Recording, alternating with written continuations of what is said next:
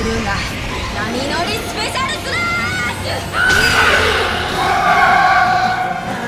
halo teman-teman semua, bertemu lagi dengan saya di channel Wolf Warrior. Oke guys, jadi di video kali guys ya, kita balik lagi di sesi Batok ya, alias bahas Tokusatsu. Nah, untuk sesi Batok kali ini guys, kita mungkin akan ngebahas sedikit ya soal episode 22 dari serial Ultraman Z yang sudah tayang pada pagi tadi ya. Dan menurut saya pribadi ini salah satu episode yang cukup enjoy untuk diikuti ya, karena setelah kemarin dengan tensinya abis naik ya. Untuk episode kali ini itu storynya jauh lebih ringan ya. Terus di sini juga diceritakan sedikit nasib dari para anggota storage setelah timnya itu dibubarkan guys ya. Oke, jadi untuk konsep kali ini masih sama seperti yang sebelumnya, dimana kita menampilkan gambar kemudian kita jelaskan per scene-nya guys ya, karena memang menurut saya ini cara paling cocok untuk saya menjelaskan Batok ini guys ya. Oke, kita mulai aja guys ya, tadi saya udah kebanyakan ngomong. Nah, untuk episode 22 kali ini guys ya, mungkin kita cuma ambil beberapa poin saja ya. Jadi di sini itu si Yoko mengajak Haruki itu untuk keluar guys ya.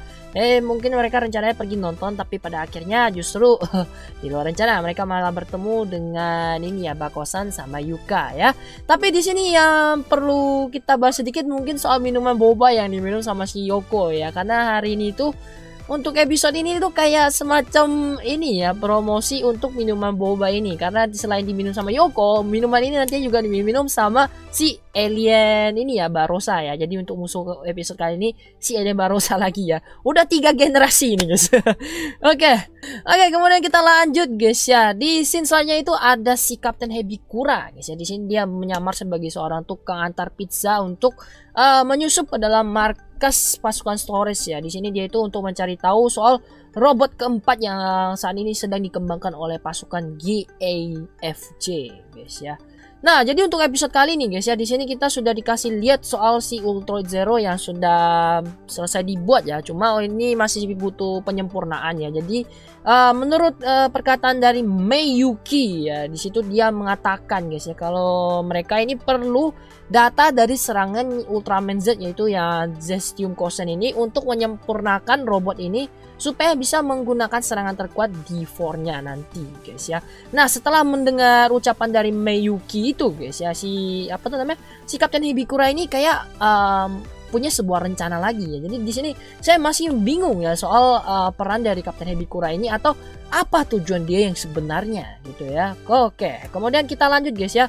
Nah, ketika si Yoko sama Haruki ini lagi jalan-jalan guys ya, di sini mereka bertemu dengan si Bakosan sama si Yuka nih. Nah, mereka berdua ini ngebantu inilah ya, jadi staff untuk mempromosikan ya atau kampanye soal robot dari pasukan storage ya. Di sini kasihan juga sih si Bakosan yang biasanya seorang kepala mekanik ya, di sini malah jadi seorang badut yang membagikan balon ya. Kalau Yuka di situ jadi orang yang kayak promosi itulah sama kasih selebarannya. Nah, di tengah percakapan mereka ini guys ya, si Yuka sama Bakosan ini sempat menyinggung apakah si Yoko sama Haruki ini pergi kencan ya, tapi hal ini justru dibantah sama keduanya ya. Kemudian guys ya, ketika mereka ini lagi ngobrol itu tiba-tiba si alien Barossa ini muncul guys ya. Dia itu ngelemparin semacam pemukul gitulah ya, tapi berhasil ditangkis sama si Haruki ya. Jadi untuk musuh kali ini kan alien Barossa ketiga guys ya. Ini adalah dia adalah adik dari Barossa yang pertama, tapi dia juga kakak dari Barossa yang kedua kemarin. Jadi memang silsilah keluarganya ini bingung banget lah. Kalian bayangin lah kalau misalnya kalian punya 9.999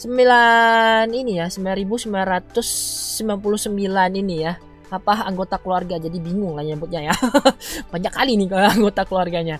Nah, di sini guys ya, si alien Barossa ini dengan mudah itu bisa mengalahkan Haruki sama si Yoko ya, tapi dia akhirnya berhasil dipukul mundur sama si Bakosan guys ya.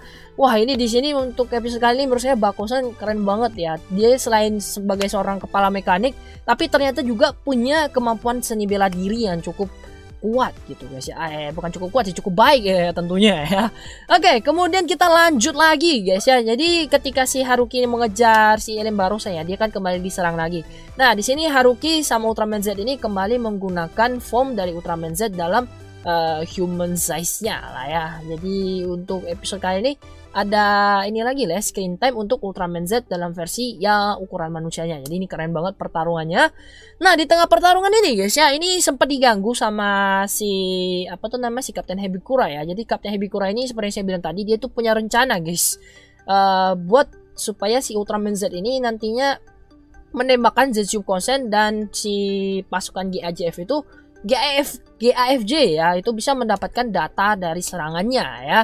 Nah, jadi di sini setelah dibantu sama si Kapten Hebikura atau Juggler ya, si Elen Barossa di sini meminum guys ya, minuman boba yang tadi saya bahas di awal guys ya. Makanya saya bilang untuk episode kali ini tuh kayak semacam promosi untuk minuman boba ini ya. Nah, ketika sudah minum minumannya boba ini ya, dia tuh kayak mendapatkan energi sehingga si Elen Barossa satu ini tuh tumbuh menjadi raksasa guys ya, dan akhirnya Ultraman Z berubah menjadi Alpha Edge untuk menghadapi si Elen Barossa. Nah, kemudian guys ya, di sini membuat saya senang adalah si Yoko akhirnya kembali menggunakan Scavenger ya. Walaupun tadinya si Yoko ngira si Scavenger itu nggak bisa dipakai karena kan dia itu cuma dipajang di situ kan sebagai apa tuh namanya promosi gitu kan. Taunya si Scavenger itu kondisinya sudah di maintain ya, atau sudah diperbaiki segala macam, jadi siap dipakai. Dan di sini Ultraman Z sama Yoko itu bertarung bersama melawan si Elen Barossa. Dan satu lagi guys ya, yang menurut saya lebih kerennya lagi, di sini kan Ultraman Z ketika menggunakan Beta Smash ya. Ini serangan gabungan Ultraman Z sama si Yoko itu udah kayak dua orang pegulat ngelawan ininya musuhnya. Jadi teknik-teknik yang dipakai di sini adalah teknik yang dipakai biasanya dalam gulat. Nah, kemudian guys ya, di sini juga tiba-tiba muncul lah ya itu si King Joe dengan pilot barunya ya. Nah, buat kalian yang udah pernah nonton seri Ultraman Z pastinya nggak asing lagi dengan pilotnya ini ya. Walaupun nama pilotnya ini nggak diperkenalkan, tapi rasanya teman-teman pasti nggak asing lagi karena dia ini juga orang yang sama yang memerankan Zena Senpai dari serial Ultraman Z ya. Jadi dia ini sebelumnya juga ini ya bekerja sebagai seorang sweet actor, kemudian muncul di serial ini Ultraman Z ya sebagai Zena Senpai, yang di real life-nya itu dia nikah sama aktris yang memerankan si ini ya, cewek yang satunya lagi dari serial Ultraman Z. Cuma saya lupa namanya ya. Jadi ini benar-benar ngasih kejutan sekali ya. Oke, kemudian ya guys ya, karena dirasa si Elen Barossa ini nggak bisa membuat si Z itu bertarung dengan serius, akhirnya si Kapten Hebikura ini turun tangan guys. Dia berubah menjadi Tri-King, kemudian memancing Ultraman Z untuk menggunakan serangan Zetsu Kosen ya. Nah, pada akhirnya guys ya, setelah terpancing Ultraman Z mau nggak mau menggunakanlah Zetsu Kosen dalam form yang Beta Smash-nya. Kemudian di sini si Kapten Hebikura itu, menggunakan Kinjo Storage Custom itu sebagai perisai ya. Nah, di sini dia itu supaya ya tim yang GAFJ itu bisa mendapatkan data dari serangan si Ultraman Z. Nah, di sini itu benar-benar membuat kita bingung ya, apa sih sebenarnya tujuan dari Kapten Hebikura membantu ini ya pasukan GAFJ ini dalam menyempurnakan robot dari Ultra Zero ini guys ya. Masih banyak tanda tanya besar di sini. Oke guys ya, nah setelah rencana itu berhasil diselesaikan guys ya, si Kapten Hebikura ini berubah menjadi yang Five King-nya, sedangkan Ultraman Z juga berubah menjadi form yang Delta Rise Claw. Nah kemudian guys, ada sedikit hal yang cukup lucu di sini ya. Jadi ketika Ultraman Z udah berubah jadi Delta Rise Claw, dia kan udah bawa pedang yang Beliaroknya ya. Dan Beliarok di sini mengatakan musuhnya ini cukup menarik gitu ya. Kemudian si Z itu ngomong, kita sebelumnya sudah pernah melawan monster satu ini ya, terus si pedang Beliaroknya jadi hilang ini kan, hilang nafsu atau nggak tertarik lagi untuk bertarung. Jadi mau nggak mau si Z ya mesti ngandelin kemampuannya ya. Dan di sini sempat ditunjukkan beberapa kemampuan dari Ultraman Z ya, seperti yang bentuk claw-nya itu, kemudian ada ini juga Slugger ya, Giga apa itu namanya, Giga Delta Crusher ya atau apa itu saya lupa namanya guys ya. Oke, kemudian kita lanjut guys ya. Setelah itu kan si Haruki fokus lah ya buat ngelawan si Kapten Hebikura dalam wujud yang Five King-nya. Sedangkan Yoko di sini masih lanjut melawan si Elen Barossa-nya ya. Nah, ketika si Scavenger itu kan ngalamin kerusakan di bagian ini ya, balance yang apa tuh bagian keseimbangan kaki untuk si Scavenger. Si Yoko ini melihat pedang dari Beliarok ini ya. Dia itu sempet ngambil pedangnya, Nah, kalau seperti biasa guys ya, untuk pedang Beliaroc ini kalau dipegang sama siapapun kan pasti ditanya tujuan orang itu untuk menggunakan pedangnya ini untuk apa gitu kan. Si Yoko ini bilang, kamu jangan banyak ngomong lagi, bantu saya gitu kan. Si Beliarocnya ini malah gak mau bantu kan. Akhirnya setelah dipancing-pancing sama si Yoko ya guys ya, pedangnya ini akhirnya mau bekerja sama. Dan si Yoko di sini berhasil mengalahkan si alien barosanya ini dengan bantuan dari pedang Beliaroc ditambah ini ya leg carrier milik King Joe Storage Custom. Jadi untuk episode kali ini Scavenger-nya badas banget guys ya, pakai pedangnya ini gitu loh. Kemudian lanjut guys ya. Jadi setelah si Yoko berhasil mengalahkan si alien barossa, kita lanjut ke pertarungan dari si Haruki dengan si Kapten Hebikura guys ya. Di sini guys ya, si Haruki pada akhirnya kembali menggunakan formnya yang ini ya, Gamma Future ya. Kemudian si Haruki di sini sempat menggunakan kemampuannya yaitu Gamma Illusion, dimana di sini memunculkan yaitu Ultraman 3 beserta Ultraman Dyna, tapi dalam wujud Strong Type sama Power Type-nya ya. Dan di sini Ultraman Dyna menggunakan ini ya, Garnet Bomber, kemudian si Ultraman 3 itu menggunakan Delasium Like Storm ya. Gila, ini keren banget lah, fan service lagi guys buat kita para fansnya ini ya, 3 Dyna sama Gaia ya. Selain itu guys ya, si Ultraman Z juga memunculkan Ultraman Gaia yang kemudian menggunakan jurus dari Ultraman Agul ya, yaitu Photon Crusher. Jadi di sini dia bukan pakai Photon Edge ya, tapi pakai Photon Crusher punya si Ultraman ini, Ultraman Agul ya. Gila, keren banget sumpah guys ya.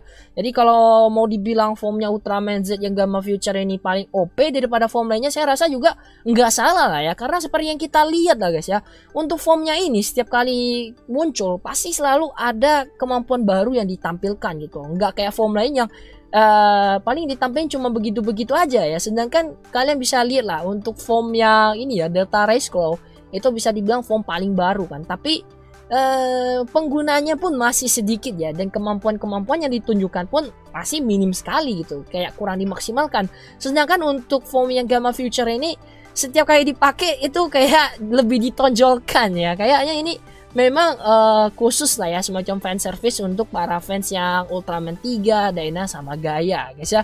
Ini juga poin plus sih untuk form yang satu ini. Kemudian guys ya, untuk mengakhiri pertarungan ini si Haruki menggunakan 3 medal yang diberikan oleh Ultraman Z di episode-episode sebelumnya, yaitu ada medal Ultraman Ginga X sama si Ultraman Orb ya.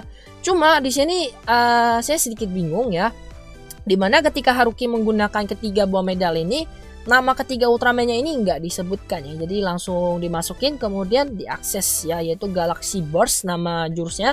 Ini jurusnya keren juga ya.